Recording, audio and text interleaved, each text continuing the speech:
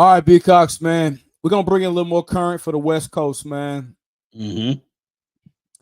Now, I respect this gentleman because he said, "Listen here, man. I get what you're trying to do. It's cool. I can be a part. I wasn't trying to be a part of a group, but if this is how I got to get on, it's cool. But listen here, I'm not about to be no lieutenant. I got a whole coast on the West Coast. I got to represent my own coast, man." And he also was put on by Doc. Mm-hmm. And as you said and alluded to earlier, because when you got Dr. Dre, the master chef of hip hop, putting out your first album, over executive producing it, shit, because me and you right now can make a goddamn hit with Dr. Dre right now. Right. Right now. Right. In my opinion, it's not the greatest, but with Dr. Dre, me and you can put some shit together and we could get it done. Oh, yeah. Definitely. Yeah, no doubt. No doubt. Because the game's discography and his impact, because yeah, he gets a little sometimes lost in I think trivial shit that he shouldn't be in. Yeah. But the boy's bar work, and when he really wants to rap, and his first that debut album, Hated Love and Underdogs on that I mean that Crip nigga, Blood nigga, West. I mean the game's Yeah. first album. Because man, what's your how do you place him? Where do you put him? And what Yeah. is his impact in his generation? Yeah. His generation lyrically, man, he's up there. How up there depends on what your opinion of it is and who you're stacking him up against. But what I appreciated about Game is that he brought a sense of lyricism to that part of Southern California from rappers from Southern California that was sort of gangster in tone, but not 100% gangster rap, you know, bringing that lyricism, the imagery that he had, a lot of those sounds like the documentary is still another one of those albums that we look back at and it's like, man, that was a moment when you talk about that album dropping, those singles dropping, Hated to Love It, This Is How We Do, Dreams.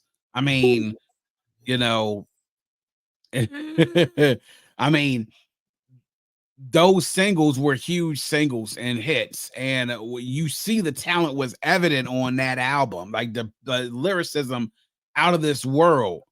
Because at this point, man, I think we were starting to, when it came to lyrics and lyricism, man, there a lot of people I think at that time were looking for other folks on the West Coast, alternative when it came to lyricists from the West Coast.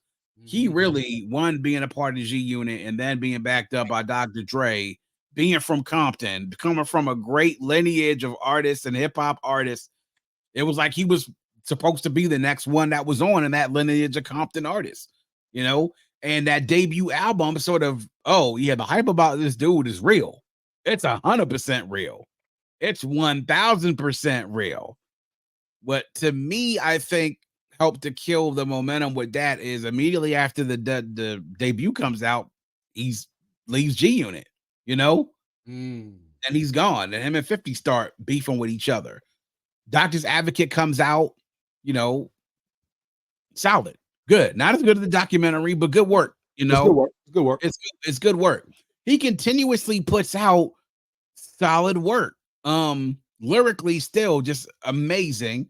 A lot of people on Twitter, when I'm on an X, man, when they talk about the game, the folks that I'm around talk about some of that.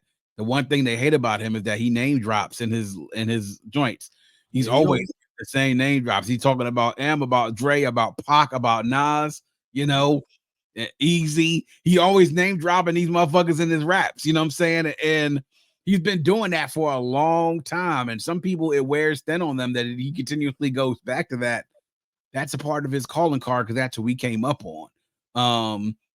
One of the things I can appreciate about him is that he wasn't like a West Coast kid that listened to just West Coast music. He listened to everything, like when Hip Hop Is Dead, when he had that Hustlers Rider song with Nas, and he said talking about some, the Chronic on one shelf, the Illmatic next, homie. Want to get them both, but I only got 20 on me, so fuck it. I stole them both, spent a 20 on the tub sack. Yeah. I can appreciate that. The fact that he studied a lot of people. Yeah. And while a lot of people say he name drops, man, I take a lot of it of is him paying homage to those folks as well. Me too. but he studied a lot of people, man. You could hear that definitely in a lot of his raps. Now, the part that disappoints me with him is that some of his later music has not been as good nor as celebrated, though some of it's been solid. But he sort of gets into the social media game, man, where he likes to troll and talk shit about people and everything. And I'm just like, dog, why you need to get involved in all this shit, man? Like, leave that shit to your former boy 50. He the king of doing that shit. You can't out troll 50 Cent. You Don't cannot. try that. You can't do that. You cannot do that. But he been doing some clown type shit over the last few years. And I'm just like, dog, can't you just rap and put out good music, get some good production, and put together a nice, well thought out album like the documentary was? Like, give us some of that shit back again. That's what we want to hear from you. That's what we want to hear from you. All in all, though, very solid catalog.